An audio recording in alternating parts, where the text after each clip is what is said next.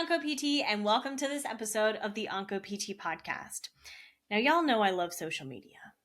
I really do. And while sometimes social media can be a little crazy, a couple weeks ago, I saw this post by Helen Bealey. She is a physio and she is a cancer survivor herself out of Australia. And she shared this post that knocked my socks off. And it really got my wheels turning, right? It got my gears grinding in the best way possible, where I was like, ooh, I may need to unpack this a little more myself. And then I decided to share it with you here on the podcast. So in this particular post, which I will link in the show notes, she shared about how cancer prevention is misunderstood, largely due to the differences between the dictionary definition of prevention and the public health definition of prevention. Now, I know that if you're listening to this, you are likely a physical therapist, fellow rehab professional, and you have some exposure to this idea of like public health prevention. But we're going to go over some basic definitions to make sure that we are all on the same page, because it's going to make a lot more sense what we're talking about moving forward. So let's revisit the World Health Organization definition of prevention. Approaches and activities aimed at reducing the likelihood that a disease or disorder will affect an individual, interrupting or slowing the progress of the disease, or reducing disability. Now, with all this in mind, I really want to bring in another definition. This is the last definition that we're going to talk about today. So another definition, this one by the National Cancer Institute, states that in medicine, prevention is an action taken to decrease the chance of getting a disease or condition. For example, cancer prevention includes avoiding risk factors such as smoking, obesity, lack of exercise, and radiation exposure, and increasing protective factors such as getting regular exercise, staying at a healthy weight, and having a healthy diet. In short, prevention in medicine doesn't truly seek to avoid a condition altogether. Now, in an ideal world, it would, right? We would say, okay, if you do this and if you don't do this, you are going to prevent cancer altogether. But that's not realistic. And so I think when we shift into this idea of we may not be able to actually prevent things from happening in medicine, in healthcare. So I'm thinking of,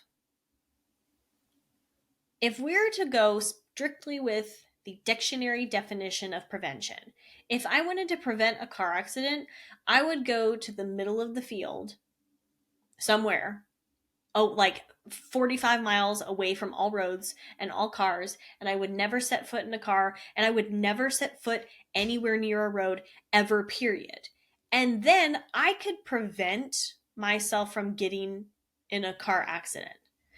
But that's also not realistic for me as someone who lives in metropolitan urban Texas, where you have to drive to basically get anywhere. Our public transportation is not super stellar like it is on some of the coasts, right? Or other major cities.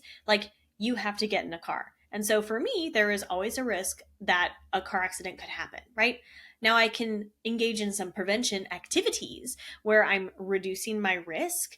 Wearing a seatbelt is an awfully good one. Following the speed limit, not driving like a mad, crazy person, not trying to multitask while I drive, like eating and consuming liquid. There's different behaviors that we can do in order to reduce or minimize our risk of getting into a car accident. But if you drive a car, if you are a passenger in a car, if you live near a road in any capacity, a car accident could definitely happen. And that's what we need to recognize.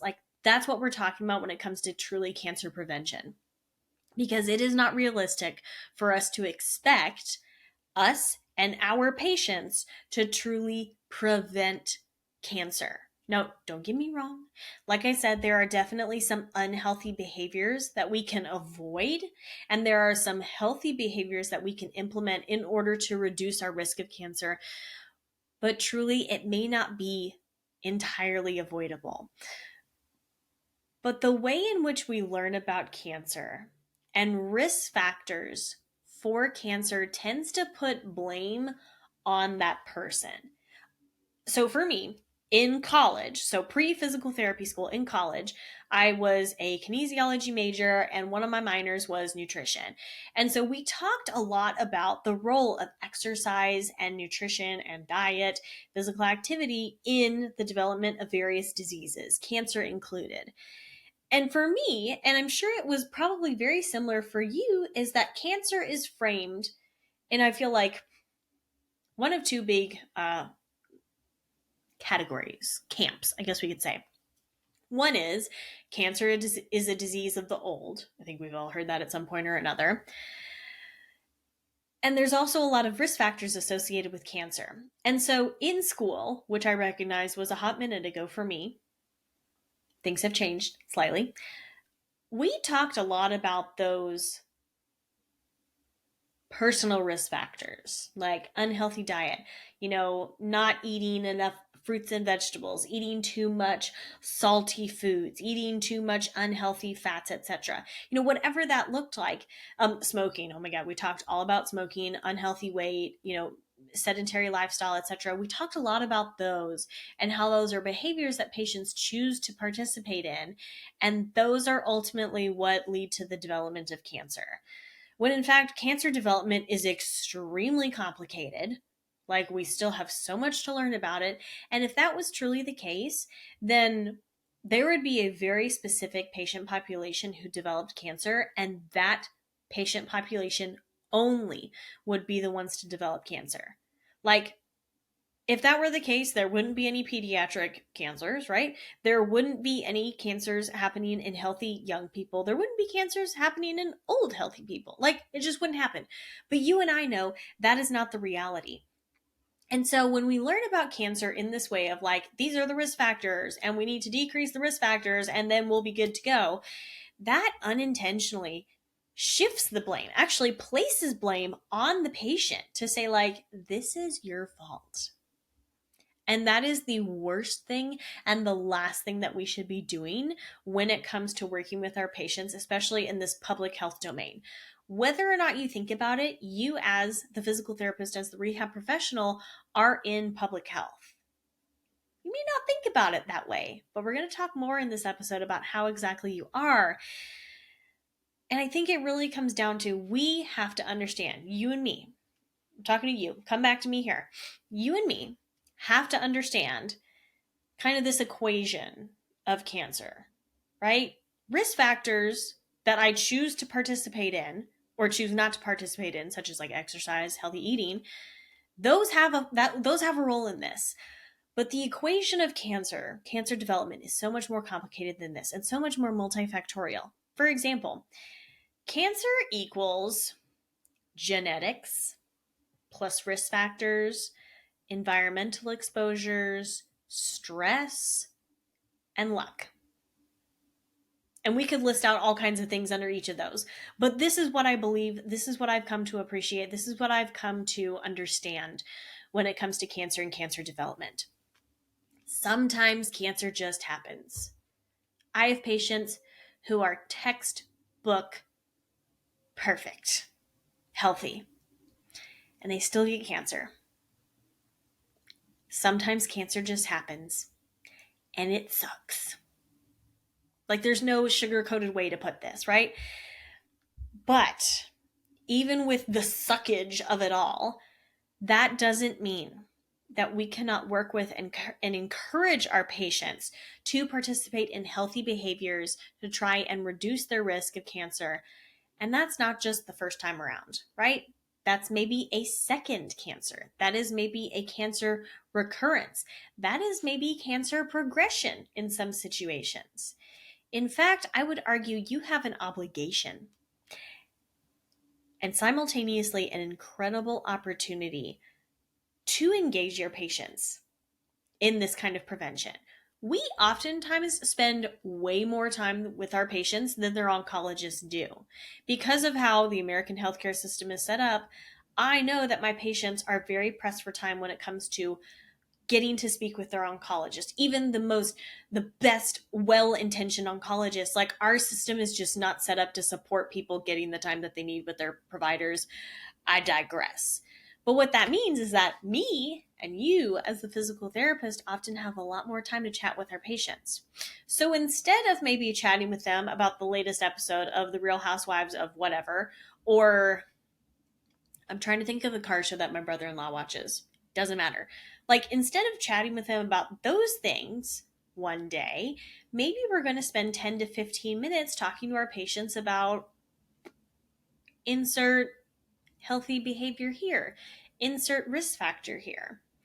So the reason this episode came about, like I said, part one was Helen Bealey's post on social media was like a total game changer, mind shifting experience for me. And so thank you so much, Helen, for sharing that on social media. I will definitely link to her profile in the podcast show notes. But I was also thinking today, as I record this, it's projected to be 100 plus here in Texas. It is hot and it is sunny.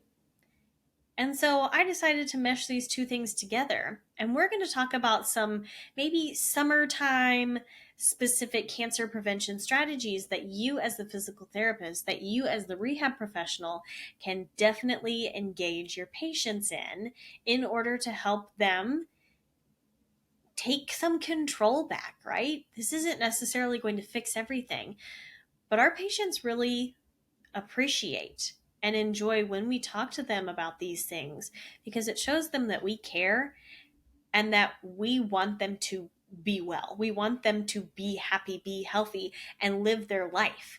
And so if you're not having these conversations with your patients already, I would really, really encourage you, start implementing, start having these conversations, because you'd be surprised what comes out of them, especially, like I said, when it is super hot and sunny here in Texas, and all you want to do when you even look out the window is just melt. So I'm guessing you've already guessed what the first one is here, which is during summer. There are some very specific cancer prevention strategies that we can talk to our patients about. It is crucial for us to have these conversations. First and foremost is sun safety. Am I right? I think we're all very familiar. We've all heard stay out of the sun during the peak summer, peak sun time, et cetera, et cetera. But let's just review some of these things to make sure that you have the sound bites that you can then replay or go over with your own patient, right? So we as rehab professionals absolutely play a vital role when it comes to raising awareness about the risks of excessive sun exposure. So what we can do is we can educate our patients about the harmful effects of UV radiation, how it increases a person's risk of cancer. Short version, right? Sun, UV light damages DNA.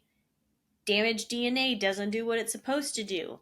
May go rogue, could cause cancer. That is the incredibly shortened Dummy's Guide to Cancer version that I have for you right now. But by explaining the science behind why sun exposure can be so problematic, we can equip our patients to take proactive steps to protect their skin. And maybe this looks like promoting sunscreen use, like wearing sunscreen on the daily and reapplying when we're going to be exposed to that light, wearing protective clothing, seeking shade, staying out of the sun during those peak sun hours are all essential steps that you can talk through and walk your patient through, taking and implementing into their own life. We can help patients understand what general types of sunscreen is best. So specifically broad spectrum, high SPF, apply it generously to all of the exposed skin, right? I'm not going into the specifics of this one here is from HEB and this one is that, I don't know, banana boat. I think like something banana, right? There's all kinds of brands out there. But what you can do is you can give patients very, specific recommendations on what kind of things should you be looking for in your sunscreen, and then making sure that you're using it. Protective equipment, that's wearing wide brimmed hats, wearing long sleeve shirts, maybe even pants. You'd be hard pressed to find someone who's willing to wear pants in Texas in the summertime, especially on their, personal time, but I digress, right? There's things that we can encourage our patients to do, wearing, sunglasses to help shade their eyes and their face, parts of their face from the harmful rays. So again, there's lots of things that we can have conversations with our patients about that can help engage them in this, again, this prevention behaviors here. Another thing, and this is something, again, I don't think of always when I'm having conversations with my patients, but this is something that we absolutely have a role in, and that's encouraging skin examinations. I am not the professional who's going to take a look at a patient's skin and be like, yep, that's a blah, blah, blah, blah, blah, blah, blah here. I don't know the first thing about that. But I do know that my patients definitely need to be seeing a dermatologist. And so I can equip them with information about, here's what a dermatologist does. Here's how you can find a dermatologist in your area. You should be going in for annual skin checks, right? When is your next dermatology appointment? And we can also educate patients on what they should be looking out for to say then, something's wrong. I need to get into my dermatologist, right? Maybe that's new moles, new spots, changes in moles in their size, their shape, their coloring, their just general appearance, right? Or any kind of skin lesions that don't heal. So anyways, you don't have to be the expert in skin health, in dermatology, to educate your patients on this information to say, okay, here is this very valuable information. How can we then implement this into your own life? Now, this next part is going to be a little more of what I think is our wheelhouse as rehab professionals, right? Like our bread and butter, which is incorporating physical activity and nutrition. Now, I know I heard a couple of you in your mind right now say, but Elise, I don't know the first thing about nutrition. Don't worry. I've got some resources for you that are going to help you with that. But first, physical activity. You and I know physical activity, exercise is extremely beneficial, right? It has been demonstrated time and time again to reduce patients' risk of several cancers and improve their overall health. And so while we know that's good, that may not always motivate some of our patients to participating in these activities, especially when they feel so crummy during cancer treatment or even after cancer treatment, right? So what you can do is you can help talk with your patients about the benefits of exercise, specifically how it may help them with some side effects that they're experiencing as a result of their cancer treatments, right? So, by engaging in exercise, patients can help maintain a healthy weight. They can boost their immune system, improve their digestion, read bowel movements, my friend, because that is a huge issue for a lot of my patients, and just improve their overall well-being, both physically and emotionally. And like I said, some patients are really struggling with their side effects and impairments. This may be a way to connect in their minds the importance of exercising and like, oh, I could feel much better after this, or like, this is going to help me feel better. Sign me up, friend, right? So we can make suggestions for our patients. We can work with our patients on how to incorporate physical activity actually into their day, not just recommendation is 150 minutes per week. Good luck. That doesn't help anybody, right? It's really important that we are working with our patients actively to truly fit this into their day, into their life. What good is a sheet that says do exercise unless they're actually going to do it, right? We have to make sure that we are reducing those barriers as much as possible to make sure that patients are equipped and feel empowered to actually exercise when they leave the clinic, right? So maybe that's finding activities that they like, making suggestions on where they can do these activities. So I'm thinking of a patient that I worked with previously. She knew, because she told me, and we'd had conversations about this, she knew that exercise was beneficial for her. She really wanted to walk. She really liked walking, and she also liked bike riding. And so I told her, I was like, okay, like, let's start bike riding. Well, she came back the next week and she was like, I'm having a really hard time incorporating this into my day because the neighborhood I live in does not have sidewalks. And people drive way too fast down the street and people park in the street. And so if she was going to walk, if she was going to bike ride, she was going to have to be in the street with all of the crazies like crazy fast drivers speeding up and down the road. That's not safe. And so for her, very understandably, she did not want to participate in those activities. And so then we then needed to brainstorm and say, okay, how can we incorporate this? Where can we go to do this effectively, right? And so for this patient, we problem solved and found out that she could go to the mall that was nearby her house. She felt safe to do so. And she would walk around in the air conditioning, which, especially, like I said, in the summer heat, like it is right now, that is absolutely something that we can help with, right?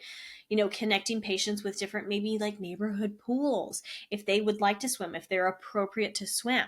So not only incorporating, hey, here's the benefits of exercise, but how can we get the exercise? How can we get the physical activity into your day so that you can see the benefits from it? Now, again, hydration and nutrition. I know that you may not have all of the information you need to be comfortable doing nutrition counseling with your patients. And if you're not comfortable, don't do it. Okay, straight up, don't do it. But if you do feel confident and you do know that you have the knowledge to effectively communicate this with your patients, I would encourage you to start having basic conversations with them.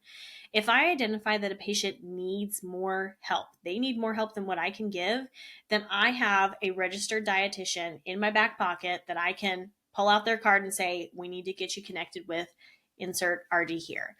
I really would encourage you.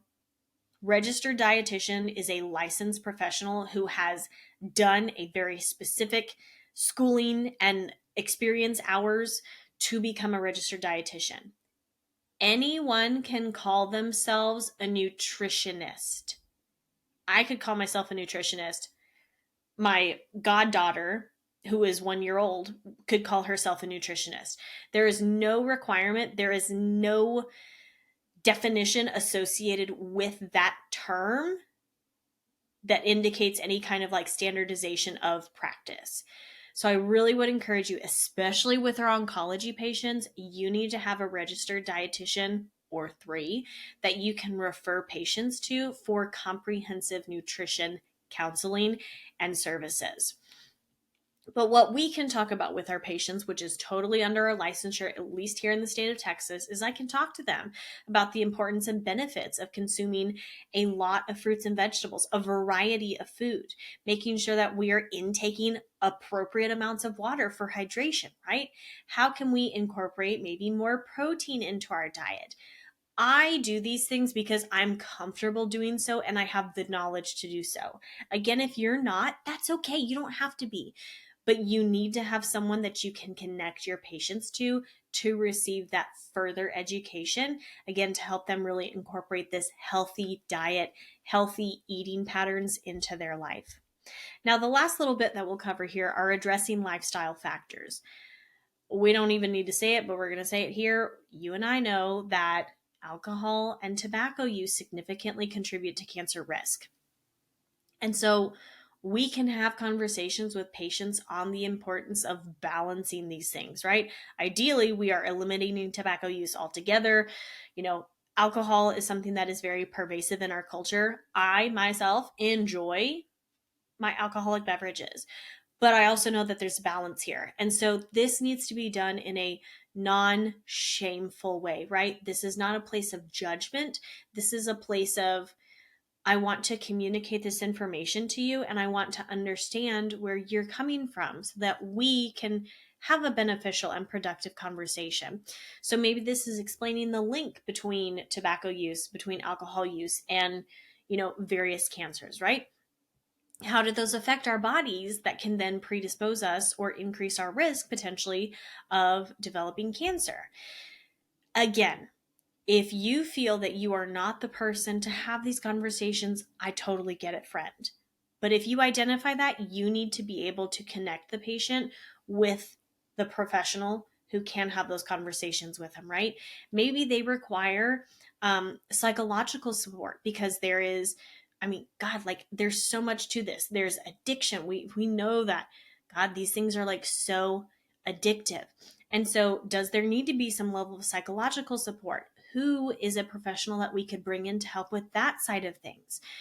Quitting, tobacco use can be very, very challenging for some patients. And so we need to make sure that we are supporting patients during this process. One of the other things when it comes to lifestyle factors is stress management and mental well-being. And I didn't mean to necessarily equate these to tobacco and tobacco and alcohol use. But over the past few years, we are really finding just how much stress really plays into cancer development, much more than we probably ever thought. And this is something that we can help with. Maybe this is through physical activity.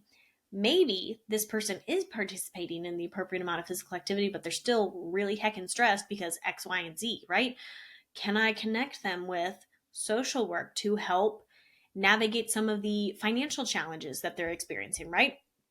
Can I connect them with psychological support? Maybe that's a counselor, maybe that's a therapist who can help them with stress management and mental well-being, right? So there's a lot of different things and a lot of different ways that we, even though we're not necessarily the professional on some of these lifestyle factors, we can still influence and encourage our patients and equip them with the knowledge and the connections to where we can make this work, right? And that is super duper important.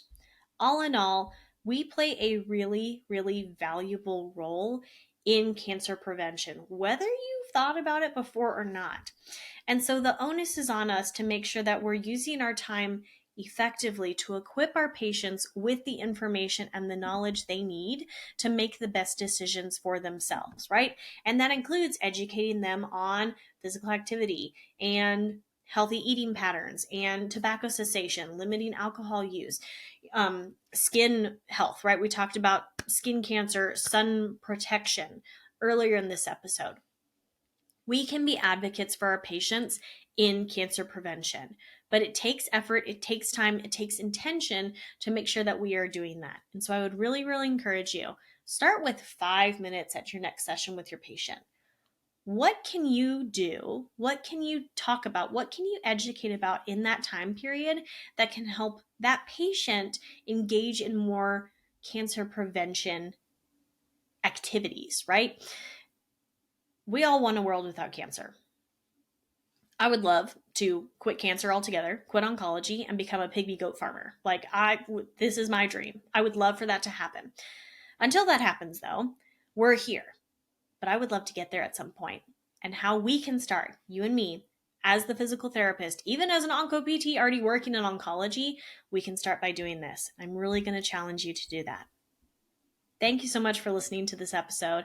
I would love to know. Screenshot this on your podcast player on your phone and tag me on Instagram in your stories and let me know what kind of prevention, education, counseling are you doing today with your patients to help them in cancer prevention. So again, screenshot this, upload it to your Instagram stories and tag me and let me know. I'd really, really love to know.